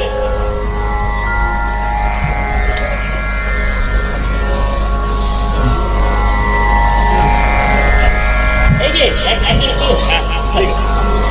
ভক্তরা এত দূর দূর থেকে এসছে, তারা সবাই দিচ্ছে, আমাদেরও না দিলে কিরকম একটা খারাপ লাগে। কারণ আপনি আচরি ধর্ম অপরে শিখায়, নিজে না কইলে অন্যের শেখানো না যায়। চলো নিতাই গৌর প্রেমানন্দে হরি বল। এইখান থেকে আমরা দান দেওয়া শুরু করলাম, এবার আপনাদের সবার কাছে যাবে, আপনারা প্রাণ ভরে দান দেবেন। নিতাই গৌর, চলো যাও, সবার কাছ থেকে দান গ্রহণ করো। মহাপ্রভুর কৃপায় আমরা প্রেম লাভ করেছি। রাধা গোবিন্দের প্রেম যে কত সৎ, কত ধন্য, কত উচ্চ, কত শ্রেষ্ঠ, সেটা আমরা মহাপ্রভুর কাছ থেকে জানতে পেরেছি। কিন্তু মহাপ্রভু কাদের কাছ থেকে জানতে পারলেন? আজকে সেই 5 জনের মধ্যে থেকে একজনের কথা আমরা আস্বাদন করব। মহাপ্রভু কাদের কাছ থেকে পেয়েছেন?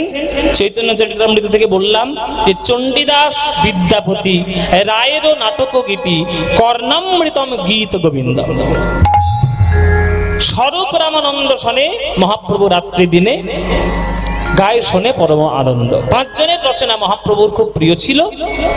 তাদের মধ্যে প্রথম নাম হচ্ছে চণ্ডীদাস ঠাকুর, বীরভূম জেলার নানুরের চণ্ডীদাস। আর দ্বিতীয় নাম হচ্ছে এই বীরভূম জেলারই জয়দেব গোস্বামী, যার গীত গোবিন্দ স্বয়ং মহাপ্রভু ভালোবাসতেন। এখনো পর্যন্ত পুরীর জগন্নাথ দেব তিনি শ্রবণ করেন গীত গোবিন্দ। আর রামানন্দ রায়ের নাটক, রামানন্দ রায়ের নাটক, তার গান, রামানন্দ একটা রায় নাটক লিখেছিলেন জগন্নাথ বল্লভ নাটক। সেই নাটকের গানগুলো মহাপ্রভুর অত্যন্ত প্রিয় ছিল। এই যে আর বিদ্যাপতি মানে মিথিলার যে বিদ্যাপতি, তার পদাবলী মহাপ্রভুর অত্যন্ত প্রিয়। আর আজকে আমরা যার কথা বলবো তিনি হলেন বাংলায় নয়, বিহারের নয়, মিথিলার নয়, উড়িষ্যার নয়, একেবারে দক্ষিণ ভারতে তার বাড়ি। তার কাছ থেকে মহাপ্রভু প্রেম সন্ধান পেয়েছেন। তার গ্রন্থ অনুলিপি করিয়ে দক্ষিণ ভারত থেকে মাথায় করে তুলে নিয়ে এসে এই বাংলার মানুষের জন্য উপহার দিয়েছেন। সেই গ্রন্থটির নাম শ্রীকৃষ্ণ কর্ণামৃতম গ্রন্থ। সেই গ্রন্থের যিনি রচয়িতা শ্রী বিল্লমঙ্গল ঠাকুরের কথা আজ আমরা সাধন করি।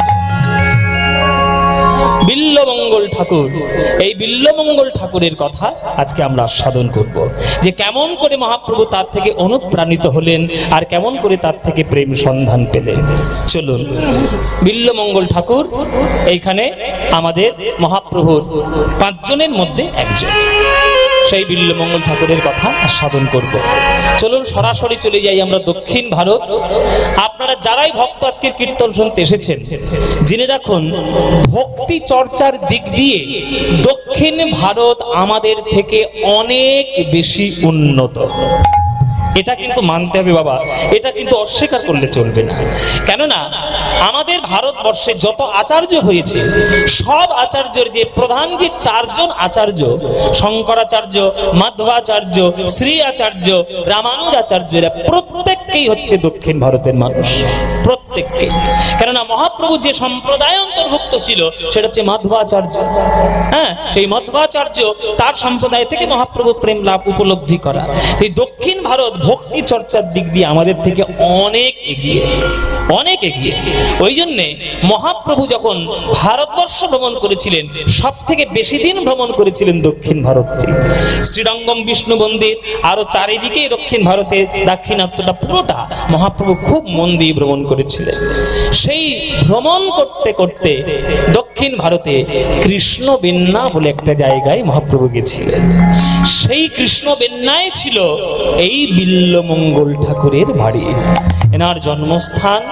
ওনারই লেখা শ্রীকৃষ্ণ কর্ণামৃতম গ্রন্থ মহাপ্রভু পড়লেন, নয়ন জলে ভাসলেন। আর এত তার ভালো লেগে গেল যে কর্ণামৃতম গ্রন্থটি অনুলিপি করিয়ে আমাদের জন্য উপহার দেবে বলে মাথায় করে নিয়ে এলেন। মহাপ্রভু যদি অনুলিপি করে না নিয়ে আসতেন, আজকে কর্ণামৃতম গ্রন্থটা বাজারে পাওয়াই যেত না, পাওয়াই যেত না। মহাপ্রভুর জন্য আমরা পেয়েছি। তাই মহাপ্রভু যাদেরকে সম্মান করেছে তাদের লীলা কথা তো আমাদেরও জানতে হবে, তাদের জীবনটা আমাদেরও জানতে হবে। তাই বিল্লমঙ্গল ঠাকুরের কথা আজকের আস্বাদন করব।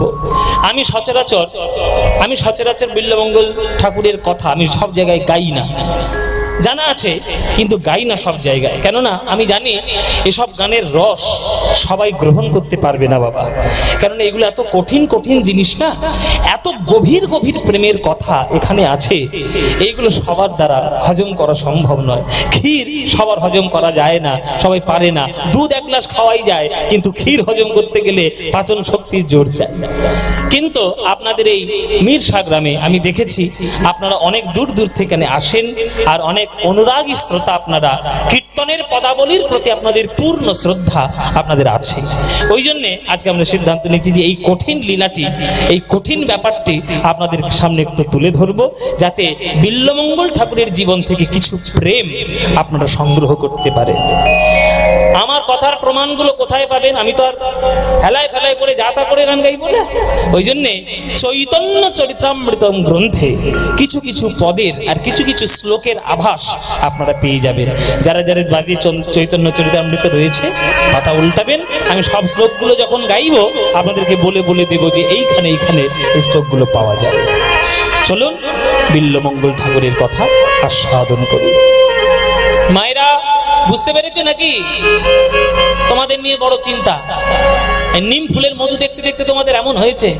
হ্যাঁ, তোমাদের আবার ভালো ভালো কঠিন কঠিন জিনিস কানে আবার ঢোকে না। মন দিয়ে শোনো, এসব জিনিস পাবে না সব জায়গায়। এসব জিনিস আস্বাদন করতে গেলে একটু গুরু কৃপার থাকার দরকার। হ্যাঁ, পুরো মন দিয়ে শুনবেন। বিল্লমঙ্গল ঠাকুরের কথা আজকে আমরা আস্বাদন করব, বিল্লমঙ্গল চিন্তামণি। চলুন, দক্ষিণ ভারত কৃষ্ণবেন্না নদীর তীরে কৃষ্ণবেন্না গ্রাম, সজ্জন এক ব্রাহ্মণের বাড়িতে জন্মগ্রহণ করলেন বিল্লমঙ্গল ঠাকুর। সজ্জন ব্রাহ্মণ, বেদ চর্চা যাদের প্রধান কাজ, ঋক সাম যজু অথর্ব চারটি বেদকে আর আরাধনা করা তাদের কাজ। সেই বেদজ্ঞ পরিবারে জন্মগ্রহণ করেছেন বিল্লমঙ্গল। তাহলে বেদ পরিবারে জন্মগ্রহণ করলে সে তো পণ্ডিত হবে, এ তো স্বাভাবিক কথা। পণ্ডিতের বাড়িতে জন্ম নিলে ছেলে পণ্ডিত হবেই, এ তো স্বাভাবিক কথা, নতুন তো কিছু নয়। তো বিল্লমঙ্গল ঠাকুর, বিল্লমঙ্গল জন্ম নিলেন। বাবার কাছ থেকে ছোট্টবেলা থেকে হাতে গড়ে গড়ে পুজো পার্বণ, বেদ চর্চা, শাস্ত্র, কাব্য, ব্যাকরণ, পুরাণ সমস্ত কিছু বাবার কাছ থেকে পড়াশোনা করলেন। কোন ঠাকুরের কোন ফুল দিতে হয়, কোন ঠাকুরের কোন মন্ত্র বলতে হয়, সকল কিছু জেনে শুনে আজ এই বিল্বমঙ্গল ঠাকুর শাস্ত্র চর্চায় পারদর্শী হয়ে উঠলেন। যৌবন বয়স পড়তে না পড়তেই তিনি এক মহাপণ্ডিত হয়ে রূপান্তরিত হলেন, শাস্ত্রজ্ঞ হয়ে উঠলেন, বিদজ্ঞ হয়ে উঠলেন, পণ্ডিত হয়ে উঠলেন। বাবার সঙ্গে বসে বসে পুজো করছে, বাবার সঙ্গে বসে বসে রাধা গোবিন্দের, রাধা মাধবের পুজো করছে, কৃষ্ণের পুজো করছে। বাবা বিল্বমঙ্গল বলুন, বাবা বসে বসে দেখো পুজো কেমন করে করি। সকল পুজোর কি অর্থ জানো? ধীরে বদতে বিষ্ণবে মূর্খ বদতে বিষ্ণায় উভয়স্তু সমং পুণ্যম ভাবগ্রহী জনার্দন। তোমার যে পৈতে নিয়ে তুমি ব্রাহ্মণ বংশে জন্ম নিয়েছো, এই পৈতে থাকার শুধু একটা সুতো ঝুলিয়ে দেওয়া নয়, পৈতে থাকা মানে 9টা গুণের অধিকারী হওয়া। সম দম তপ শৌচ ক্ষান্তি রাজ্যমেব চ জ্ঞান বিজ্ঞান বাস্তিক্যম ব্রহ্ম কর্ম স্বভাবজম। সম মানে নিষ্ঠা, দম মানে ইন্দ্রিয় সংযম, তপ মানে তপস্যা, সমদব তপ, শৌচ মানে পবিত্রতা, ক্ষান্তি মানে ক্ষমা করার প্রবণতা, আর্জবম মানে সরলতা, জ্ঞান শাস্ত্রের জ্ঞান, বিজ্ঞান মানে বিশেষ জ্ঞান, আস্তিক্যম মানে ঈশ্বরের প্রতি অগাধ বিশ্বাস। এই 9টা গুণ যদি তোমার মধ্যে থাকে তবেই তুমি ব্রাহ্মণত্বের তুমি অধিকারী হলে। সুতো ঝুলিয়ে দেওয়া শুধু ব্রাহ্মণের কাজ নয়। ত্রিসন্ধ্যা গায়ত্রী জপ করো, আর মূল কথা জেনে রেখো, যতই তুমি শাস্ত্রজ্ঞ হও না কেন, হৃদয়ের মধ্যে যদি তোমার ভক্তি না থাকে, কোন শাস্ত্রই ভগবানের কাছে উপাদেয় হবে না।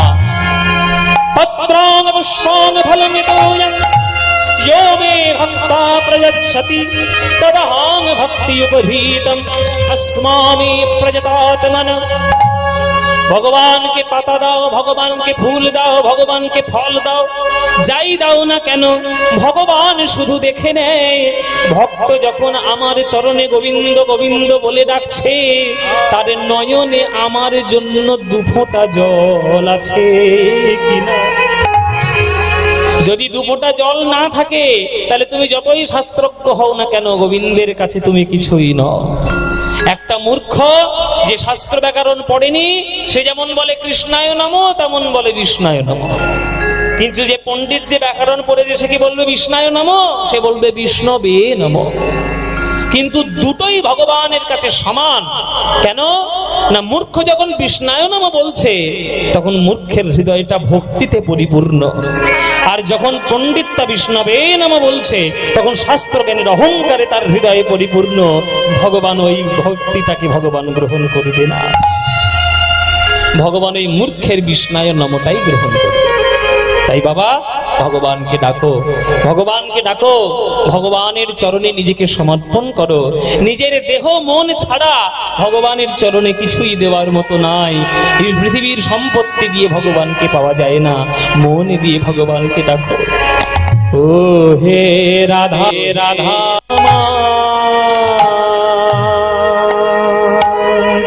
ও মাধব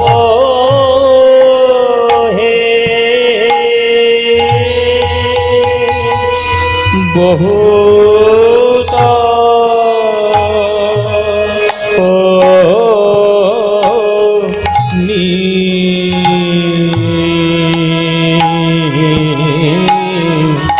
নতি বহুত মিনতি করো তো হে ও হে রাধা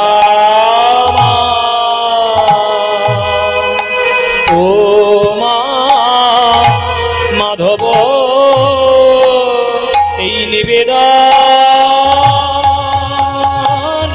তব পায়ে চরণ ছাড়া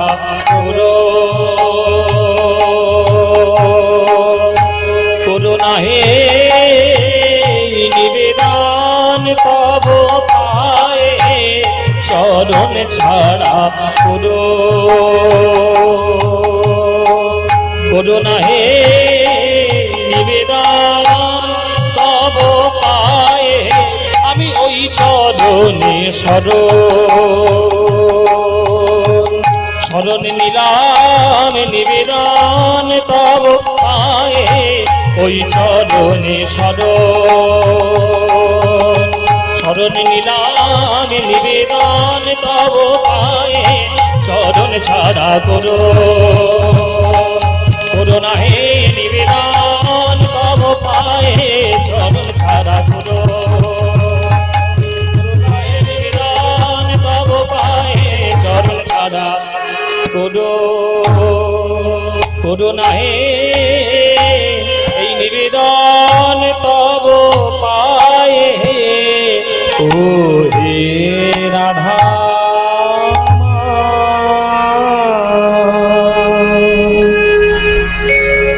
মাধব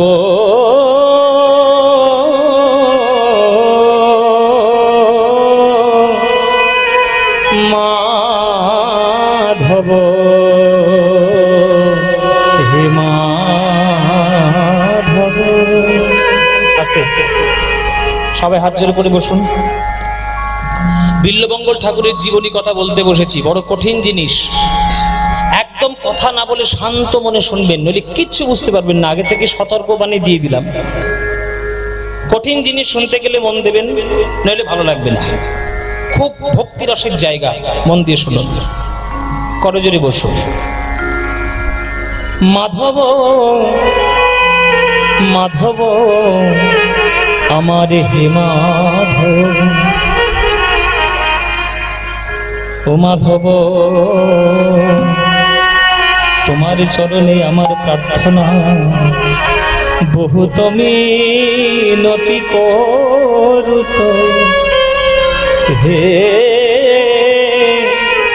মাধব। আমি তোমার চরণে প্রচুর শরণাপন্ন হয়েছি, আমি তোমার চরণে প্রচুর ভক্তি নিয়ে এসেছি, তুমি তোমার চরণে ঠাঁই দাও।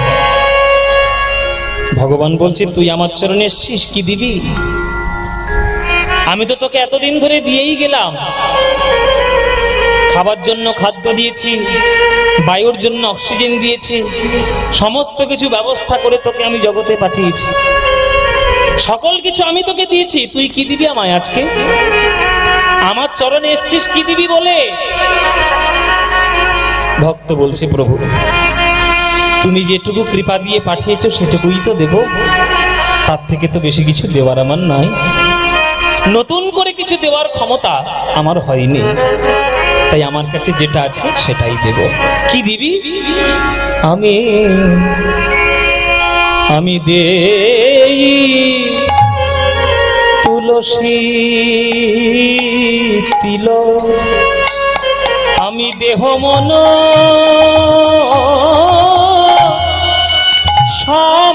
সমর পলু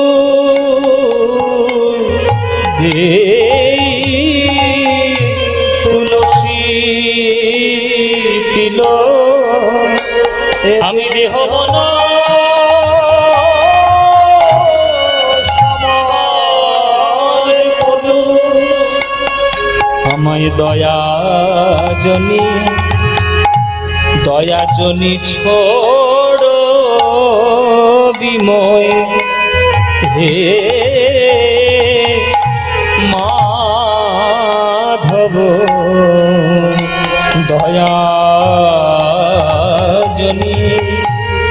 দয়া জনি ছোড় বিময় হে মাধব।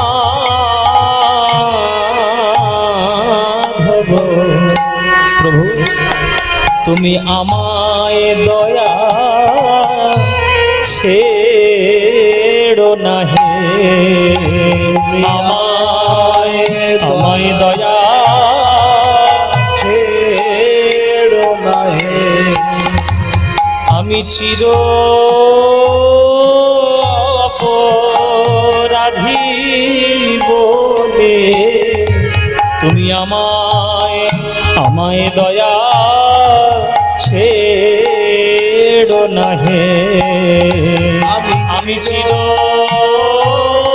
অপরাধী বলে আমায় দয়া ছেড়ো না হে। আমি চির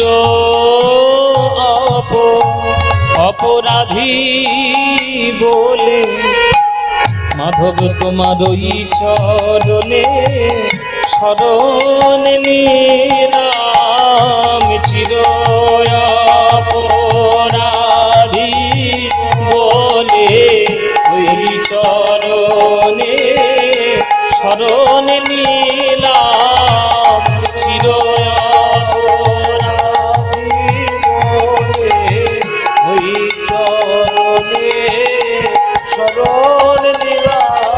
আমি চির অপরাধী বলে আমায় চরণ ছাড়া করো না হে চির অপরাধী বলে চরণ ছাড়া করো না হে চির অপরাধী বলে ওই চরণে শরণ নিলাম চির অপরাধী ওই চরণে শরণ নিলাম চির অপরাধী বলে চরণ ছাড়া করো না হে চির অপরাধী বলে চরণ ছাড়া করো না হে চির অপরাধী বলে ওই চরণে শরণ নিলাম চির অপরাধী বলে ওই চরণে ও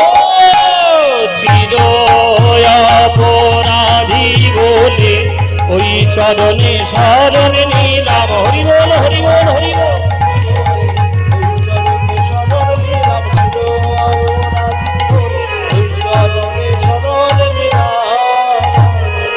আমায় চরণ ছাড়া করো না হে আমার মাধব।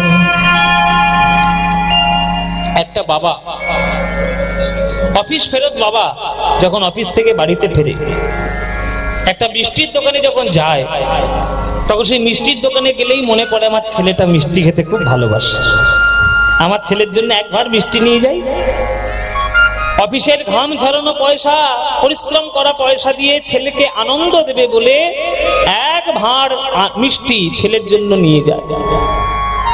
আর সেই ছেলে যদি সেই মিষ্টির ভাঁড় থেকে মিষ্টি একটা তুলে খাওয়ার আগে যদি সেই মিষ্টিটা নিয়ে যদি বাবার মুখে তুলে দেয়,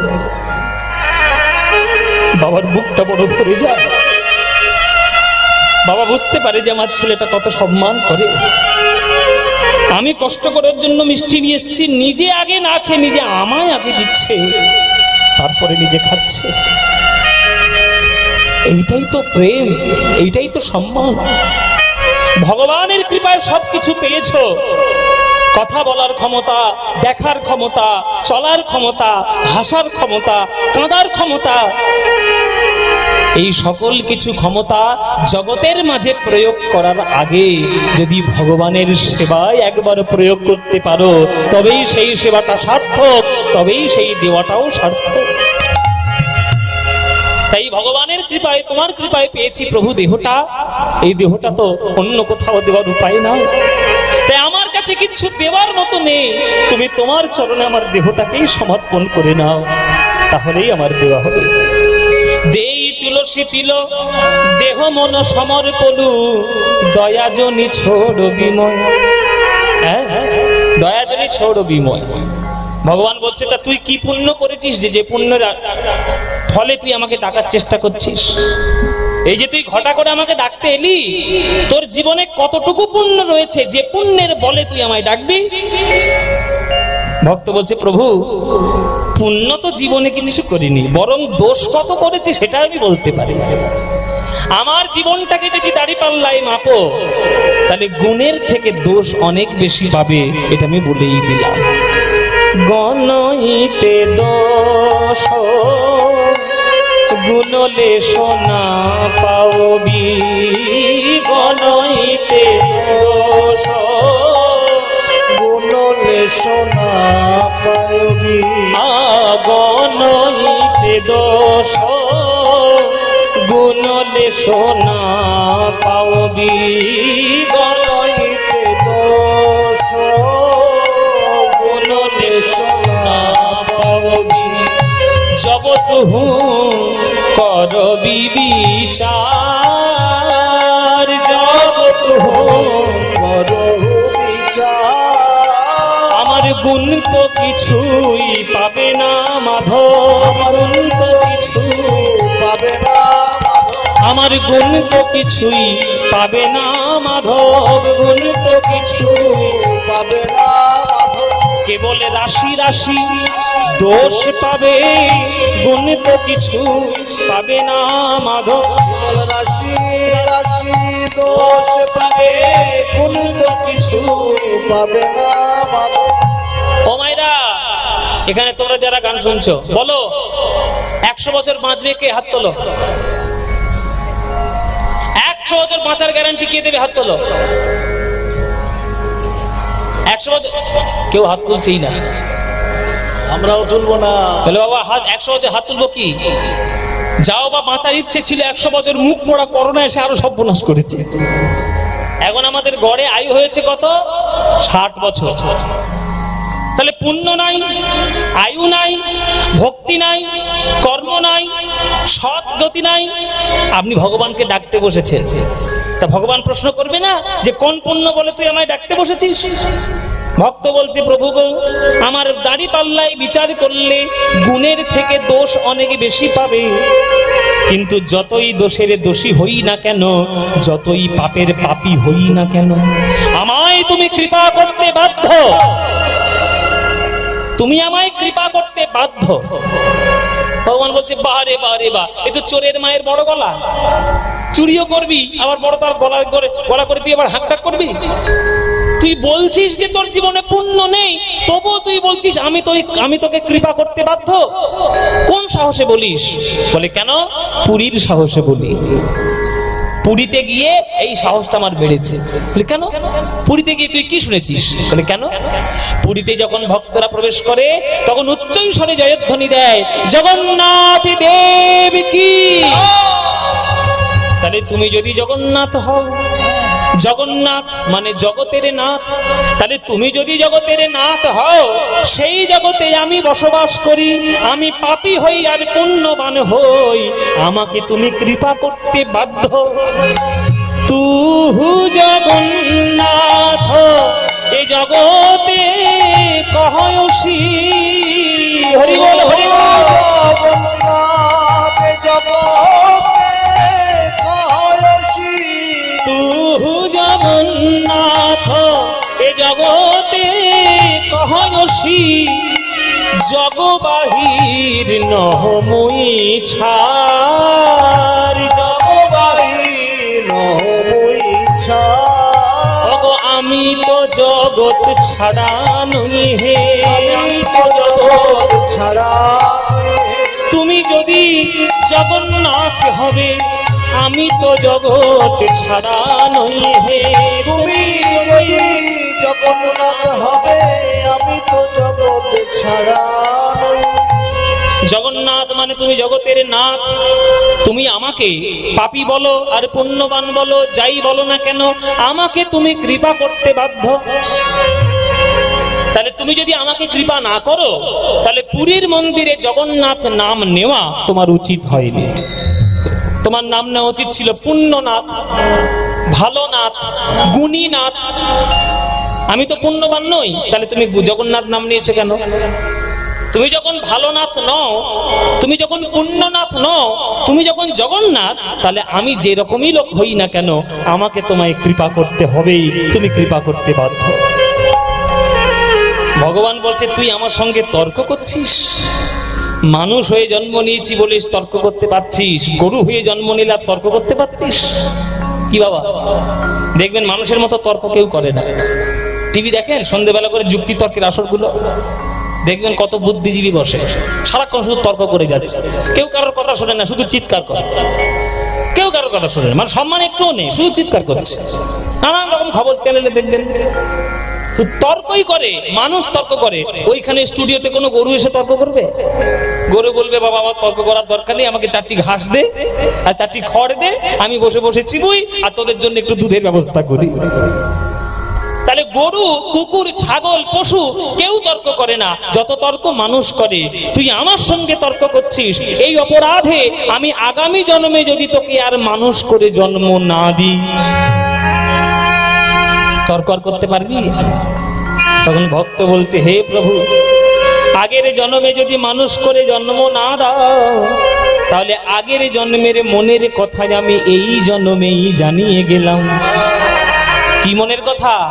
কি এ মানুষ পশু পাখি কি এ জনমিয়ে, কি এ মানুষ পশু পাখি কি জন্মিয়ে, অথবা কীট পতঙ্গে, অথবা কীট পতঙ্গে, আমার কর্ম বিপাকে গতাগতি পুনঃ পুনঃ, কর্ম বিপাকে গতাগতি পুনঃ পুনঃ, মতির তুয়া পর সঙ্গে, মতির তুয়া পর সঙ্গে।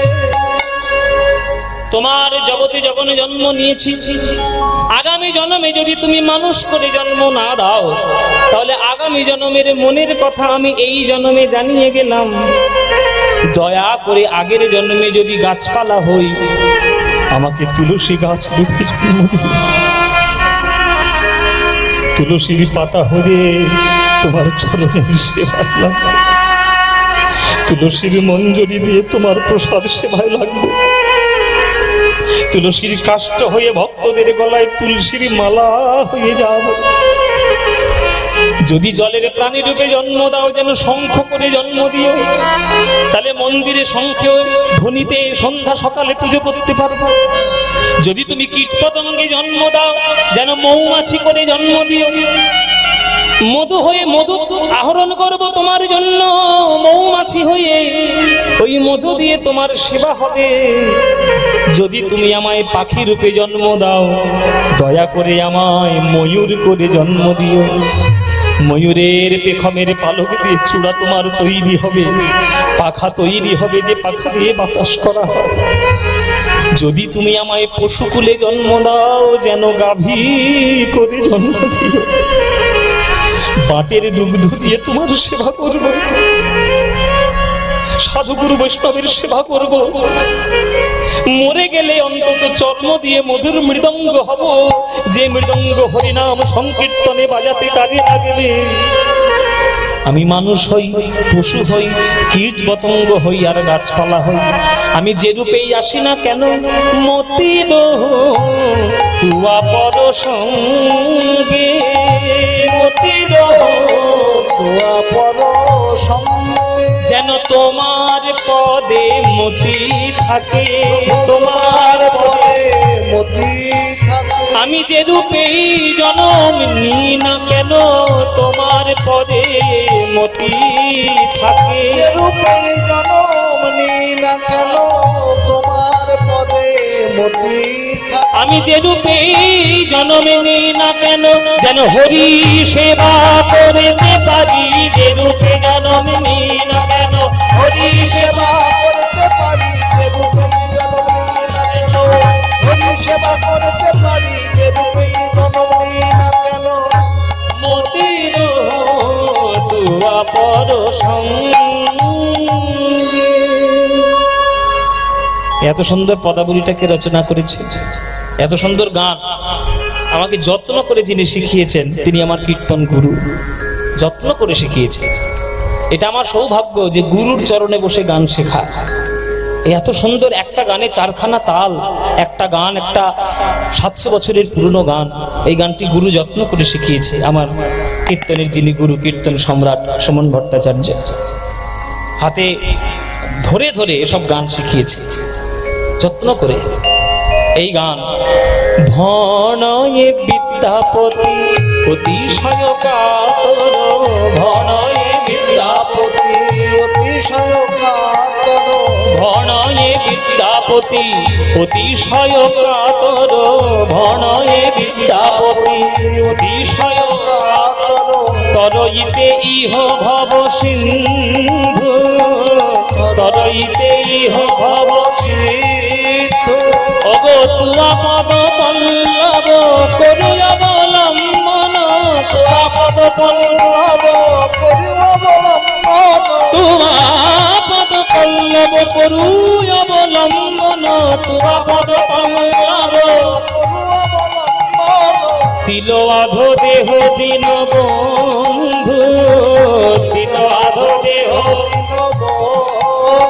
আমায় দান করো হে দান করো হে এক বিন্দু কৃপা দান করো হে এক বিন্দু কৃপা দান করো না না ঘুরাবে না হে ঘুরাবে এক বিন্দু দানে সিন্ধু ঘুরাবে না হে এক বিন্দু দানে সিন্ধু ফুরাবে না এক বিন্দু দানে সিন্ধু হে কৃষ্ণ করুণা সিন্ধু এক বিন্দু দানে সিন্ধু হে কৃষ্ণ করুণা সিন্ধু দানে সিন্ধু হে কৃষ্ণ করুণা সিন্ধু এক বিন্দু দানে সিন্ধু হে কৃষ্ণ করুণা এক বিন্দু দানে সিন্ধু হে কৃষ্ণ করুণা সিন্ধু এক বিন্দু দানে সিন্ধু হে কৃষ্ণ করুণা সিন্ধু ঘুরাবে না হে তিল আধো দেহ দিন বন্ধু, তিল আধো দেহ দিন বন্ধু,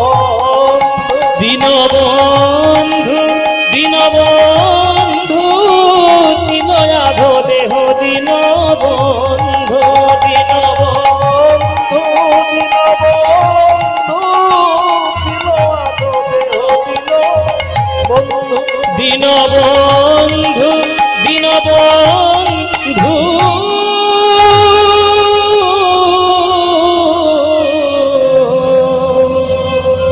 তিল আধো দেহ দিন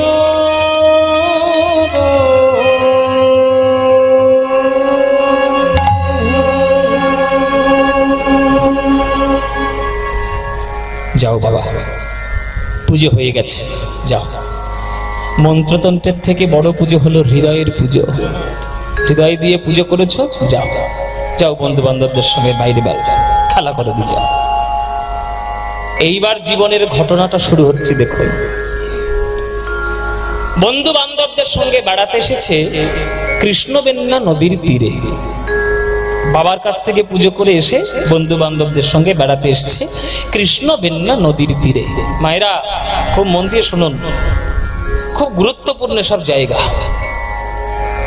এই কৃষ্ণবেন্না নদীর ওই পারে এক বাইজির কুঠি ছিল সেই বাইজিটার নাম কি তার নাম চিন্তামণি তার কাজ কি অত্যন্ত সুন্দরী রমণী আর অত্যন্ত সুন্দর তার গানের গলা আর অত্যন্ত সুন্দর তার নৃত্য শৈলী এই নাচ গানের মাধ্যমে তার কাজ কি আশেপাশের যত জমিদার আশেপাশের যত বড়লোক ব্যবসাদার আশেপাশের যত রাজা তাদেরকে গান শোনানো তাদেরকে মন ভোলানো আর সেই গান শুনিয়ে মন ভুলিয়ে তাদের কাছ থেকে অর্থ রোজগার করা তাদের কাছ থেকে লুটে পুটে খাওয়া এইটা হচ্ছে তার কাজ বাইজিদের যেটা কাজ সেই কৃষ্ণবেন্না নদীর ওই পারে যে চিন্তামণির কুঠি সেটা কিন্তু এতদিন বিল্লমঙ্গল জানতো না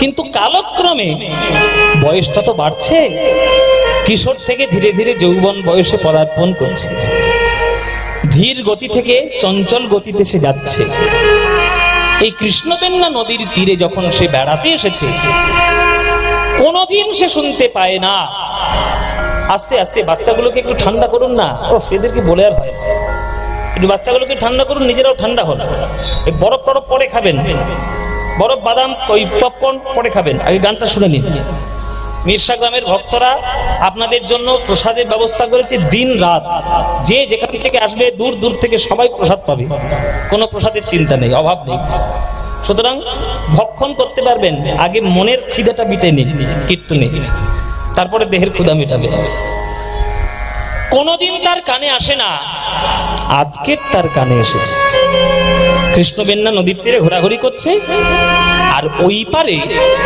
চিন্তামণি বাইজি গান শুরু করেছে ঠুমরি গজল ঠুমরি, দাদরা, কাদ্রি সব গান ভারতবর্ষের সঙ্গীতের এক অঙ্গ, সেগুলো শুরু করেছে।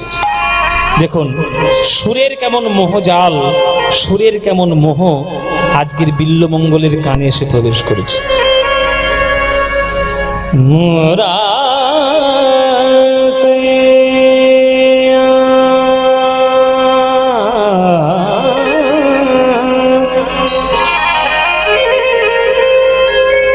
मोरा सैया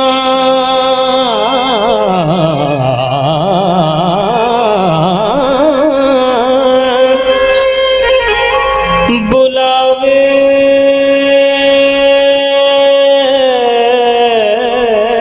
मोरा,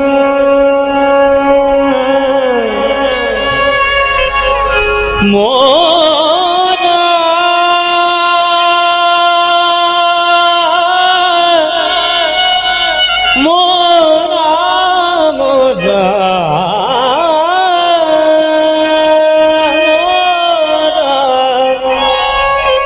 मोरा सैया।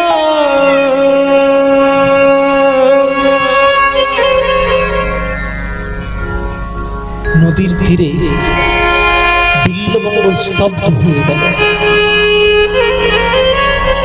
কাঠের মতো জমাট, এত সুন্দর কণ্ঠস্বর, এত সুন্দর গান। এ ভাই বন্ধুদেরকে জিজ্ঞেস করছে, এ ভাই নদীর ওই পারে কে গান গাইছে বলতো? এত সুন্দর মিষ্টি আওয়াজ, এত সুন্দর কোকিলের মতো কণ্ঠস্বর, কে ওপারে কে গান গায়? তখন বন্ধু বান্ধবরা তো জানে যে ওই পারে কার কুঠির, ওই পারে বাইজির বাড়ি চিন্তামণি। তখন বন্ধু বান্ধবরা বারণ করছে বিল্লমঙ্গলকে, এই বিল্লমঙ্গল কি শুনতে শুরু করেছিস তুই হাঁ করে? তুই একটা বামুনের ছেলে না, তুই একটা ভদ্রলোকের ছেলে না, কানে আঙুল দে। ছি ছি ছি ছি ছি ছি ছি ছি, ওসব গান কেউ শোনে? ছি ওরে, ওই নদীর ওই পারে যে থাকে, যে গানটা গাইছে, ওই ঘরে কেউ ভদ্রলোক যায় না, সব অভদ্রলোক সব যায়। জগতের যারা নোংরা লোক, যারা জগতের একবারে নিকৃষ্ট, যাদের মতি গতি, তারা ওইখানে যায়। তুই একটা বামুনের ছেলে, তুই একটা সদাচারী ব্রাহ্মণের ঘরে জন্ম নিয়েছিস, তুই সব গান শুনছিস জানি জানি? চলে চলে চলে, তোকে এখন দেখা যাবে না, তোকে তাড়াতাড়ি আয় ঘরে, তাড়াতাড়ি আয় বাড়ি। বন্ধু বান্ধবরা টেনে নিয়ে বাড়ি চলে এল। ওই সুর আর তাকে শুনতে দিল না। কিন্তু বাবা, মন যদি একবার টানে পড়ে যায়, আর কি মনকে আপনি আটকাতে পারবেন? সারা রাত ধরে বিল্লমঙ্গল চিন্তা করছে যে কার কণ্ঠস্বর এত সুন্দর। সঙ্গীত কখনো খারাপ হতে পারে? গানের সুর কোনোদিন অপবিত্র হতে পারে? আপনি যদি গঙ্গা জল দিয়ে নর্দমার কাজে লাগান, সেটা আপনার দোষ, সেটা তো গঙ্গা জলের দোষ নয়। সুর তো গঙ্গা জল, ঈশ্বরের বাঁশি থেকে সৃষ্টি হয়েছে ৬ রাগ ৩৬ রাগিনী। সেই সুর কি করে অপবিত্র হতে পারে? আমাকে একবার দেখতে হবে। কিন্তু ওই পারে ভদ্রলোকদের বাস নয়, ওই পারে নাকি অভদ্রলোকগুলো যায়। তা আমি যদি একটা বামুনের ছেলে হয়ে দিনের বেলায় নদীর ওই পারে ওই বাড়িতে যাই, তাহলে আমার তো বদনাম হবে, বাবার অসম্মান হবে। তাই রাত্রে যাব, সন্ধে যখন ভুলে যাবে, অন্ধকার, কেউ যখন দেখতে পাবে না, তখন যাব, গিয়ে দেখে আসবো যে এত মোহময়ী কণ্ঠ কার। মায়েরা, মন টেনেছে, মায়া মনকে টানিয়েছে, মায়া তার খেলা দেখাতে শুরু করেছে। রূপ রস শব্দ গন্ধ স্পর্শ, তার মধ্যে বিল্লমঙ্গল প্রবেশ করতে শুরু করেছে।